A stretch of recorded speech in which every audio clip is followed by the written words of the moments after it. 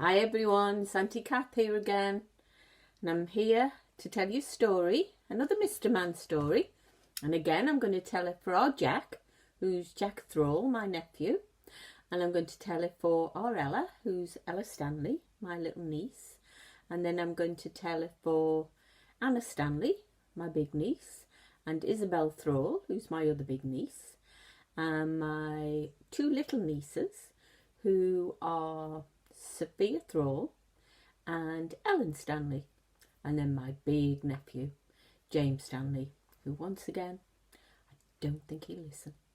Who knows, he might do, because he might like this one, Mr. Bump.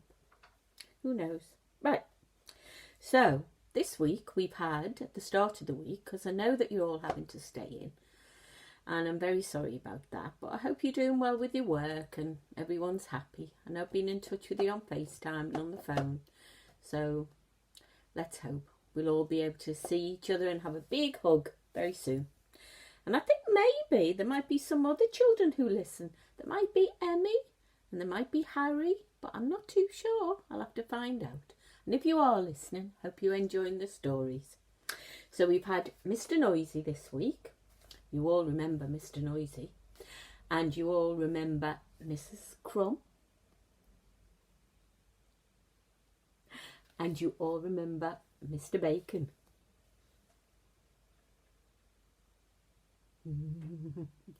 We all love Mr. Bacon. Last night I didn't have bacon. No, I had Chinese instead. It was very nice, Singapore noodles. So that's Mr. Noisy. Then we had Mr. Cool, who was the cool dude. There he is, and he was with Jack Robinson. And then we had Mr. Fussy, the Fussy Fuss Pot. And then he was paid a visit by Mr. Clumsy. Now, Mr. Fussy's face was like that, because he wasn't very, very happy, man. He was a bit miserable. But Mr. Clumsy, no, he had a smile. And this was his smile, remember? That was Mr. Clumsy. And today, I promised you Mr. Bump, and I wasn't sure whether I'd get hold of it or not, but Aunty Alison Stanley, sent me a big box of Mr. Men books and a big box of Little Miss books. So now I've got the whole set. So if there's anything you want, you can make a request. Right, let's begin with the story of Mr. Bump. And here he is, he's in blue.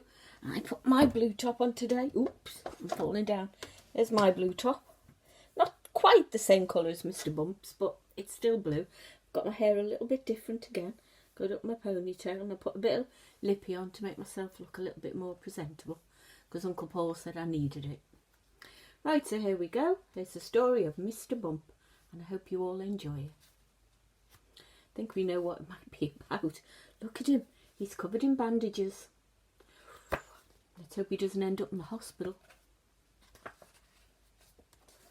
Well, in fact, this is the sad story of Mr. Bump.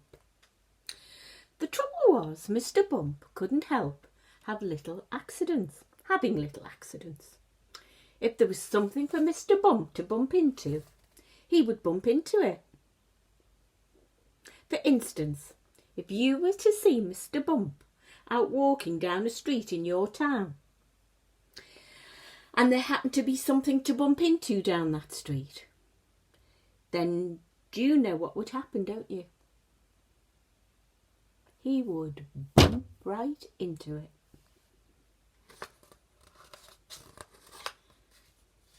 Bump. Look, bump. Right on the floor. There he is. He's bumped right into that lamppost. Oh dear. You be careful now. Don't bump into any lampposts when you're out. And Mr. Bump was just the same at home. He lived in an extremely nice home. Look, it does look nice. Looks a bit like Mr. Fussy's home, actually. But even there, he couldn't help having those little accidents. For instance, one morning Mr. Bump went outside his house and he noticed that the chimney pot had come off in a storm the night before. Well, in fact, it'd become a little bit loose. It hadn't exactly fallen off. I must fix that, he said, before it does fall off. And he hurried to his garden shed and he got a ladder. It was a very, very long ladder. A very long ladder. Mr. Bump walked up the garden path with his ladder, whistling.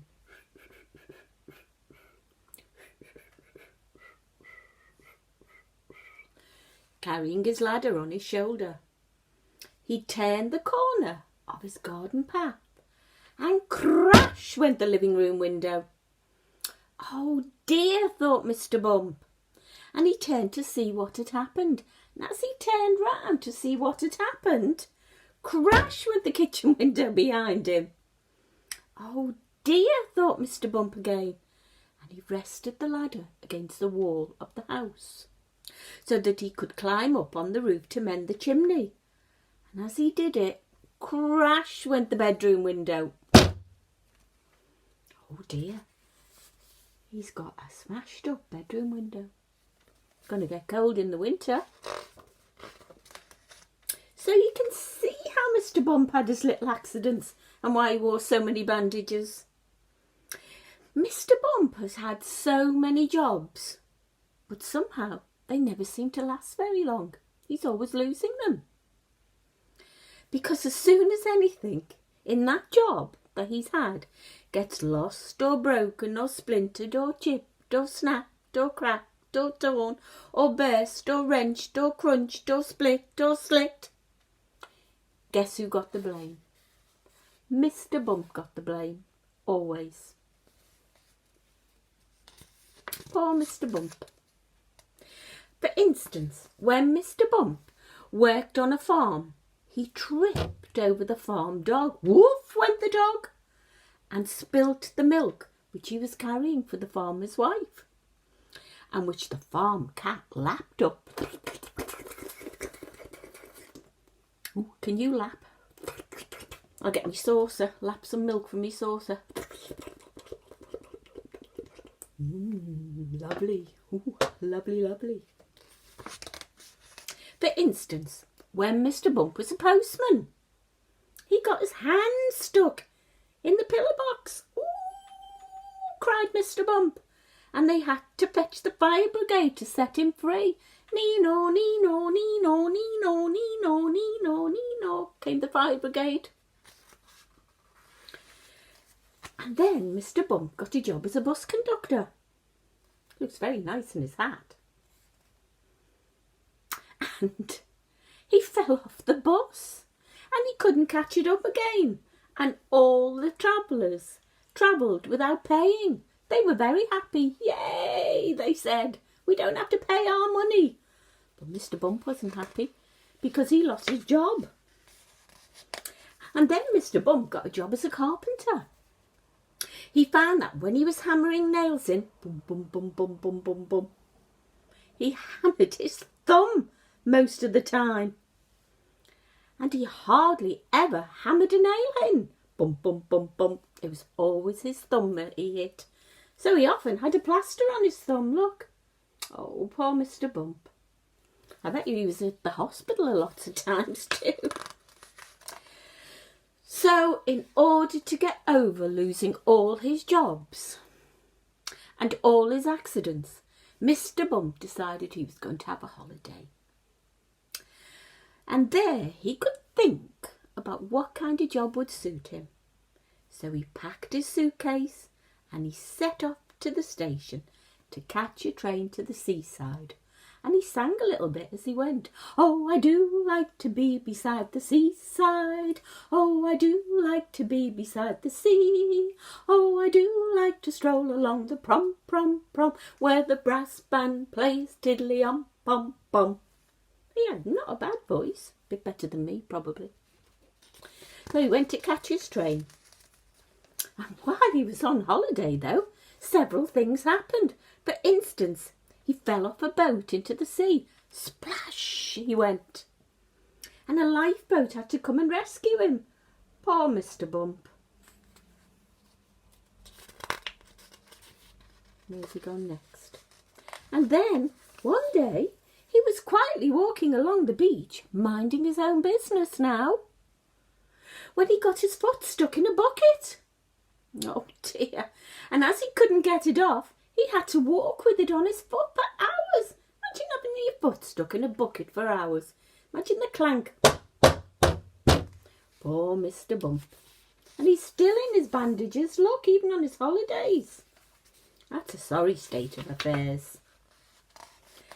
And then, another time while he was walking along the beach, he walked straight into a large hole.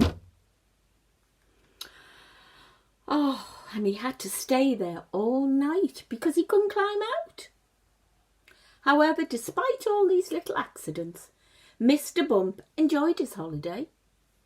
And while he was there, he had a splendid idea about what kind of job he could do when he got back. It was the best idea Mr. Bump had ever had. It was an absolutely splendid idea. In fact, it was spiffing. Totally and utterly spiffing. I wonder what kind of job it was. And do you know what? Now where Mr. Bump works? He works for a farmer called Mr. Barley on the farm. And Mr. Barley has a rather large apple orchard. And that's where Mr. Bump works. Mr. Bump's job is picking the apples. But he doesn't use a ladder to climb the trees. And he doesn't pick the apples like the other apple pickers do. Oh, no, no, no, no, no. Mr. Bump has a much better way of picking apples than that. He just walks about. And before long, crash, he bumps into a tree. Bump, bump, bump, bump. And as he bumps into the tree, down fall the apples. And all Mr. Bump has to do is catch one.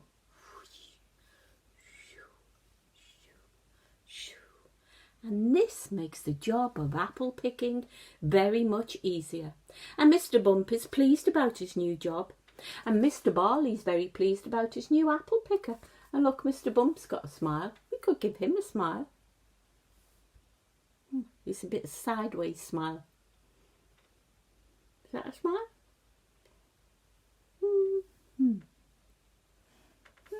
That's a Mr. Bump smile. So you see, the story of Mr. Bump isn't such a sad story after all. Not at the end. And if you ever bump yourself, you know what to do, don't you? And I hope you don't bump yourself. But if you do, go and eat an apple that's been picked by Mr. Bump. And then you won't feel your bump at all. You remember that next time you have a bump, won't you? Remember, go and eat an apple. And that'll be very, very good. Well, that's the end of Mr. Bump, and I hope you enjoyed it. Well, we found a smile for Mr. Bump, although Aunty Kath didn't do a very good smile. That's his smile. See if you can do a sideways smile. It's not easy. Not easy to look as though you're smiling if you're sideways. Oh, not too bad. Now, I'll read again tomorrow because it's the last day of the week. It's Friday. And I've got all these stories to choose from. Now, what I'm going to do is I'll ask each of you if you'd like a story, maybe even next week. And maybe what we can do tonight, I might ask our Jack, I'll ring him and ask what story he'd like tomorrow. And then next week, if you'd still like the stories, I can ask each of you. I can ask Ella and Sophia and Ellen and Anna and Isabel. I won't ask James because I don't think he's watching.